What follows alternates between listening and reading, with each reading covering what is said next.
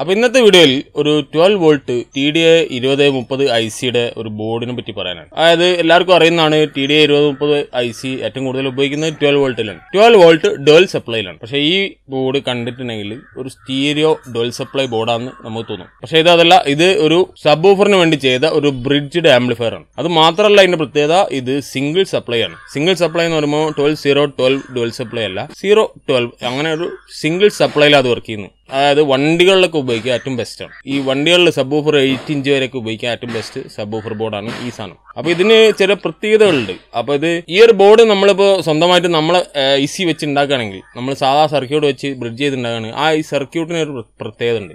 ഇതാണ് ഇപ്പൊ ഞാൻ കാണിച്ച ബോർഡ്. അതായത് സിംഗിൾ സപ്ലൈയിൽ വർക്ക് ചെയ്യുന്ന TDA 2030 ICയുടെ ബോർഡ്. ഇത് ഡുവൽ സപ്ലൈയിൽ വർക്ക് ചെയ്യുന്ന TDA 2030 ICയുടെ ബോർഡ്. ഇത് സബിന്റെ സെക്ഷനാണ്, ഇതും സബിന്റെ സെക്ഷനാണ്. ഇത് ബ്രിഡ്ജ് ചെയ്താണ്, ഇത് ബ്രിഡ്ജ് ചെയ്താണ്. അപ്പോൾ വ്യത്യാസം സർക്യൂട്ടിലുമുണ്ട്, സ്പെയറിലുണ്ട്, അങ്ങനെ എല്ലാ തരത്തിലും വ്യത്യാസമുണ്ട്. അപ്പോൾ ഈ ICക്ക് നിങ്ങൾക്കറിയാം ഇവിടെ നിന്നാണ് ഫസ്റ്റ് പിന്ന് തുടങ്ങുക. അതായത് ഇവിടെ നിന്ന് ഫസ്റ്റ് പിൻ. അപ്പോൾ ഫസ്റ്റ് പിന്ന് വരുന്നത് നോൺ ഇൻവേർട്ടിംഗ് ഇൻപുട്ട്, സെക്കൻഡ് പിന്ന് വരുന്നത് ഇൻവേർട്ടിംഗ് ഇൻപുട്ട്, തേർഡ് പിന്ന് വരുന്നത് നെഗറ്റീവ് പവർ സപ്ലൈ, ഫോർത്ത് പിന്ന് വരുന്നത് സ്പീക്കർ ഔട്ട്, ഫിഫ്ത്ത് പിന്ന് വരുന്നത് വോൾട്ടേജ്, പോസിറ്റീവ് വോൾട്ടേജ്. ഇത് നെഗറ്റീവ് വോൾട്ടേജ്, ഇത് പോസിറ്റീവ് വോൾട്ടേജ്. അങ്ങനെയാണ് ഡുവൽ സപ്ലൈ കൊടുക്കുമ്പോൾ വരിക. അപ്പോൾ സിംഗിൾ സപ്ലൈ കൊടുക്കുമ്പോൾ ഈ 12 വോൾട്ട് പ്ലസ് ഇവിടെ കൊടുത്താൽ ആ 12 വോൾട്ട് പ്ലസ് ആണ് നേരിട്ടിട്ട് ഈ ഫിഫ്ത്ത് പിന്ന്, അതായത് പോസിറ്റീവ് വോൾട്ടേജ് കൊടുത്തുകൊണ്ടിരുന്ന ആ സെഷനിൽ ആ പിന്നിലേക്ക് പോകുന്നത്. ഇതിൽ നെഗറ്റീവ് വന്നുകൊണ്ടിരുന്ന ആ തേർഡ് പിന്നിലേക്ക് നമ്മളുടെ 12 വോൾട്ടിന്റെ ഗ്രൗണ്ടാണ് ചെല്ലുന്നത്. അപ്പോൾ അങ്ങനെയാണ് ഇതിൻ്റെ അകത്ത് വോൾട്ടേജ് കണക്ഷൻ കൊടുക്കുന്നത്. സ്പീക്കർ ഔട്ട് സെയിം തന്നെ, ഇൻപുട്ട് സെയിം തന്നെ.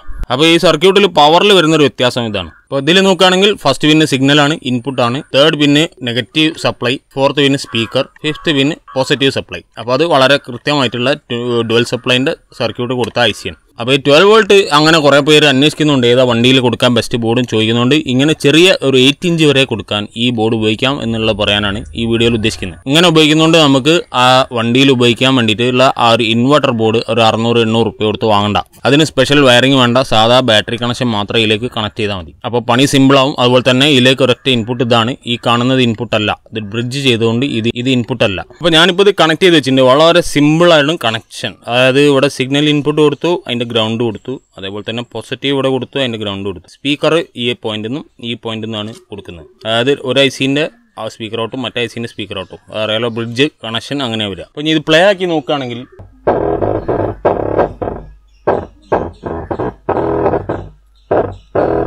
അപ്പോൾ ഞാനൊരു സാധാരണ സ്പീക്കറിലാണ് കൊടുത്തത്, അതുകൊണ്ടാണ് അത്തരം സൗണ്ട് കേൾക്കുന്നത്, ഒരു ചെറിയ ചിലപ്പ് കേട്ടത്. ഓവർ ഹീറ്റ് ആവുന്നില്ല, അങ്ങനത്തെ ഒരുപാട് ബുദ്ധിമുട്ടുകൾ നമുക്ക് ഒഴിവായി കിട്ടും. അതുപോലെ IC ബേൺ ആവുന്ന ഒഴിവായി കിട്ടും. അപ്പോൾ ഇങ്ങനെ ഒരു ബോർഡ് പരിചയപ്പെടുത്തുക എന്നുള്ളൂ, ഇത് അറിയാത്തവർക്ക് വേണ്ടി പരിചയപ്പെടുത്തുക എന്നുള്ളൂ. ഇത് ഒരുപാട് പേർ ചെയ്യുന്നതാണ്. ഞാൻ ഇതിനു മുമ്പ് ചെയ്ത് കൊടുത്തിട്ട് ഇപ്പോൾ ഒരു വളരെ കണ്ടീഷനായിട്ട് നല്ല അഭിപ്രായത്തോടു കൂടി വർക്ക് ചെയ്യുന്നുണ്ട്. അതുകൊണ്ടാണ് രണ്ടാമത് ഇപ്പോൾ ഈ ബോർഡ് ആവശ്യം വന്നപ്പോൾ ഞാൻ ഒന്ന് പരിചയപ്പെടുത്തിയത്. അപ്പോൾ ഈ വീഡിയോ യൂസ്ഫുൾ ആയി തോന്നിയെങ്കിൽ തീർച്ചയായും ലൈക്ക് ചെയ്യുക.